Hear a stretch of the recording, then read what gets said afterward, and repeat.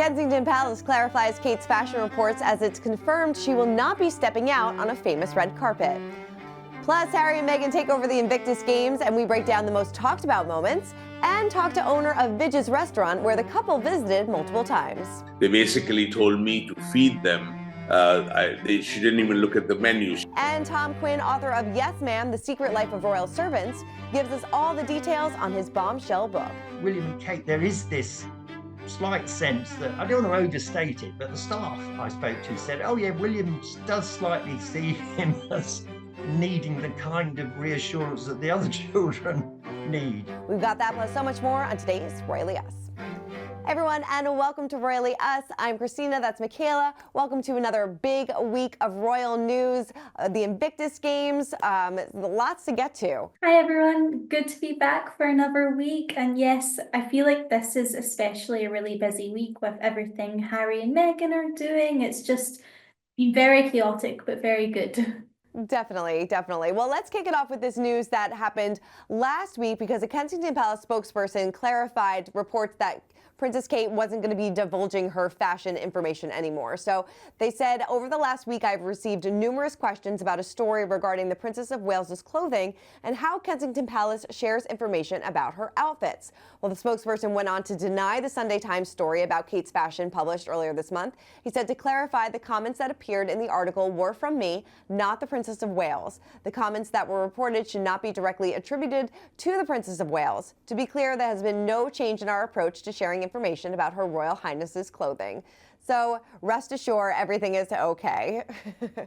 Yeah, it's quite interesting, but I'm not super surprised because it makes sense when you think about why the palace rarely comment on things, because that comments can get blown up and become headlines and world news. So they really have to be careful about what they say if they're speaking for a member of the royal family. So maybe we will see more info on Kate's outfits in the future, which would be good. Which would be good, but we won't get a red carpet moment because Kensington Palace confirmed on February 10th that the Prince and Princess of Wales will not be at the BAFTA Film Awards ceremony on February 16th. Prince William, who has been president of the British Academy of Film and Television Arts since 2010, is set to appear in a video package as part of the awards and will visit the London Screen Academy, or did visit the London Screen Academy this week. So I guess, you know, this is always such a fun, big red carpet moment for the two of them. Some of my favorite looks from Kate have come from this red carpet, but unfortunately this year, and understandably so, she's taking a break. Yeah, you know, this isn't a big surprise. She has been doing a lot of more engagements recently. I've seen so many in the past couple of weeks. So it makes sense that she would want to step back for at least one of them. Yeah, no, you're so right. And one of those engagements was when she visited a prison on February 11th to see a mother and baby unit, highlighting the critical need to maintain strong and loving relationships for child, even in the most difficult and challenging of situations. So one of her charities, Action for Children, runs units inside 3 different prisons in the UK. So this was nice for her to take some time out and visit. And Actions for Children's mother and babies units provide a dedicated place for new and expectant mothers serving a prison sentence or on remand. So it was nice for her to take the time, and you know, obviously she's so dedicated to mother-children relationship, and especially something so you know, unconventional like this. Yeah, this is really honing in on her brand with childhood development, no matter the circumstances. And it really shows that she cares and she wants to get her message across. And yeah, I think some people might consider the visit a little bit controversial, a little bit sensitive, but it's really great that she's doing it, because if people like her aren't shining a spotlight on these things and these charities, then, you know, how would they get the recognition and be able to help people? You're so right. You're so right. Well, this was a dinner that I wish I scored an invite to. So King Charles and Queen Camilla were celebrating their upcoming visit to Italy with a dinner fit for royalty and attended by a star of the screen. So Italian-American actor and food expert Stanley Tucci inspired a special meal for King Charles and Camilla at their country home of Highgrove House on February 7th. So the dinner came as the royal couple confirmed they will visit Italy and meet Pope Francis in early April. Other attendees included Helen Mirren and David and Victoria Beckham. It is a dream of mine to be at a meal that is curated by Stanley Tucci. I mean, sounds divine. I know. Can you imagine being one of the guests there and rubbing shoulders with all of these celebrities? It sounds like a dream. And so I hope that one of the attendees will come out and do an interview and give us a little bit more insight into what that was like. Yes, I want to know what was on the menu. All right, well, we talked about it earlier. Harry and Meghan took over Vancouver, and they enjoyed a great time together in Canada for this year's Invictus Games, as well as attending the welcome celebration and the debut skeleton event. They also went on a double date to an Indian restaurant in Vancouver on February 8th with Michael Bublé and his wife, Louisiana. The couple also made time to have breakfast with members of Team USA competitor Leandra Mooring, who told People they really took the time with each and every one of us, and despite people who are trying to keep them on schedule, they just did not mind taking pictures at all, and it was just super neat. I love them. Michaela, we're going to get to your interview with the restaurant owner in just a second, but what were some of the highlights for you for the Invictus Games? Oh, I've loved it so far. It's just so nice to see the couple just like in their element with people. This is a tournament which Harry founded in 2014, inspired by his own experience in the army. And it's so nice to see that it's something he's kept up and he's still doing after leaving the royal family. You can tell it means so much to him. And even when Meghan, she spoke in her speech about how it's such a busy time and he's still helping with the kids and the lunches, but it's so chaotic during this time of year whenever he has the games. So for me, yeah, it was just really nice to see how much they're passionate about it. Yeah, and it's nice to see them, like you said, kind of in their element. You can see how comfortable they are with one another. They were definitely sharing some PDA and sharing some, little tidbits about their family. Katy Perry kind of came out, so there were some star-studded moments as well. But overall, it seemed great. I know Meghan seemed to really enjoy her time. She came home and snapped a picture on her Instagram story about some of the memorabilia that she took home as well, right? Yeah, it looked like there was a few things for Archie and Lily. They had little sweet treats and jerseys and things. So it was really sweet that she's giving us a behind the curtain glimpse on that as well. Definitely. And I know that you actually spoke to the restaurant owner of Vij, which was the restaurant that they went to twice, right? With a double date with Michael Bublé, right? Yes, that's right. So they went before the opening ceremony with Michael Bublé and his wife, and Harry and Meghan had also visited the restaurant last year. So they are clearly fans. And Vikram, the owner, during our interview, he was so sweet. He gushed about the couple. He really spoke so highly of them and said how genuine and down to earth they were. So it's nice to see that it had a good impression on him and that he enjoyed himself too, because I know that if I owned a restaurant and Harry and Meghan phoned me up and said, we want a table in an hour, I would panic and cry and just lie down. So 100%. Well, here is more from your interview with Vikram, who gives some wonderful behind the scenes details of the couple's visit. Take a look. What was it like to meet Prince Harry and Meghan for the second time, I believe it was, on Saturday? That's correct. Well, first of all, namaste.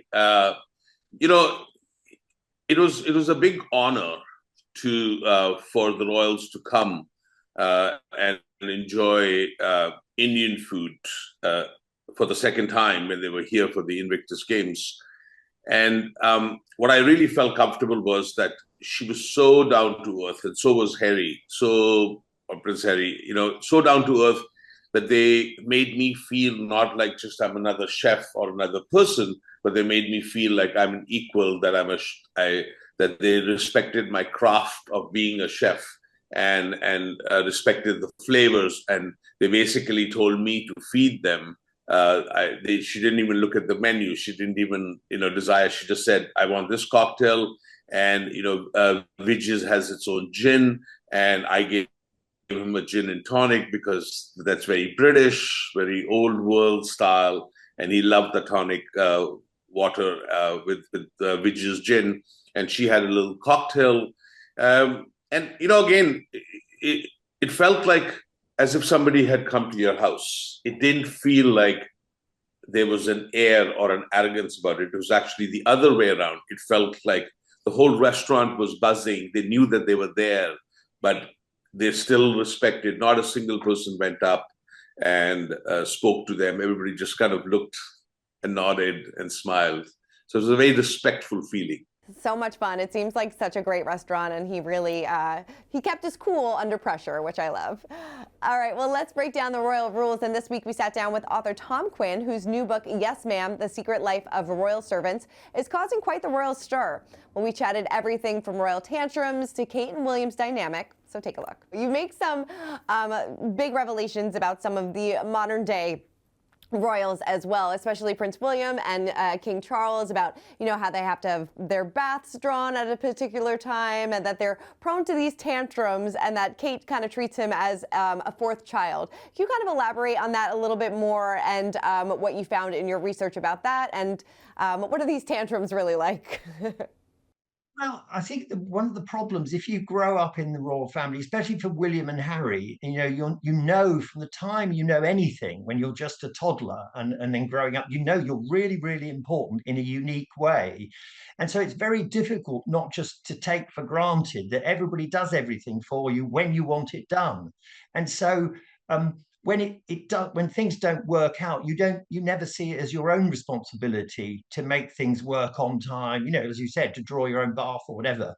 It's somebody else. So it's very easy to allow that power to sort of go to your head. I mean, on the sort of relationship level, it's a bit like, power corrupts, and absolute power corrupts absolutely. In terms of relations with the staff, that that tends to happen. Miss Princess Margaret was the worst example. She would be furious if anybody did anything she didn't like. She didn't consider, you would be nice to your staff. That kind of reminds me about a portion in your book when you speak about Kate and William's relationship, and a similar sense of her teaching him things like the piggyback ride and things like that. Can you elaborate on their relationship and what you learned? Yes. I think, again, you're right. I mean, it was something that both boys needed in a way. I mean, you could say is, once you realize what's happening, it's obvious that that might have been how things would turn out. They lost their mother, Diana, at a very early age. And so you could argue it's almost a psychological truism that they would be, at some level, they'd always be looking for someone to sort of make up for that loss. And I think with Meghan's warmth for Harry, that was a great draw. And her sort of strength of character, made him feel safe. And I think the same is true for William, because, although he didn't have the difficulty of being a spare, he really did have a job that he knew he would have to do. So his life had more of a structure. But I think he still suffered from, his mother dying, very formal father, no cuddles, no piggybacks, none of that. You can't imagine Charles rolling around on the floor playing with his children, can you? It's just impossible. He just wouldn't do it. And again, it's not his fault, because, that was something he inherited from, his very stiff, formal forebears. But I think when William came across Kate, he realized he was someone who was very warm, very stable.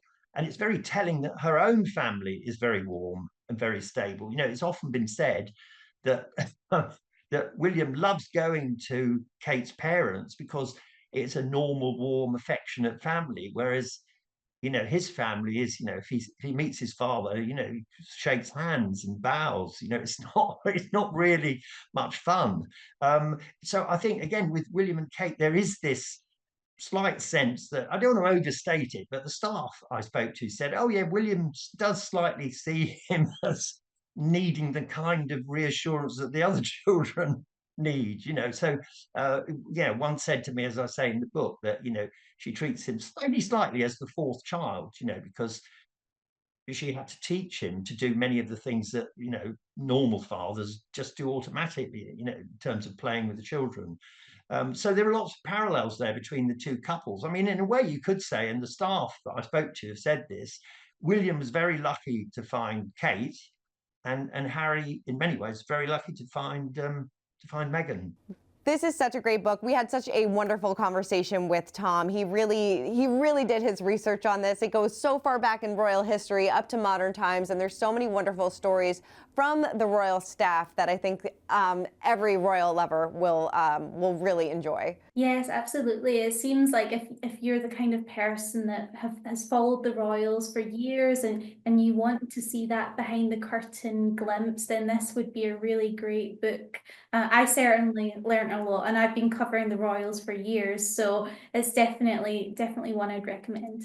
Definitely pick it up now. All right, well, that is it for this week's episode of Royally Us. What a fun week of royal news and some fun insights with your interview at the Vic Room. So a lot of great things. So everybody keep commenting, keep subscribing, and Michaela and I will see you next week.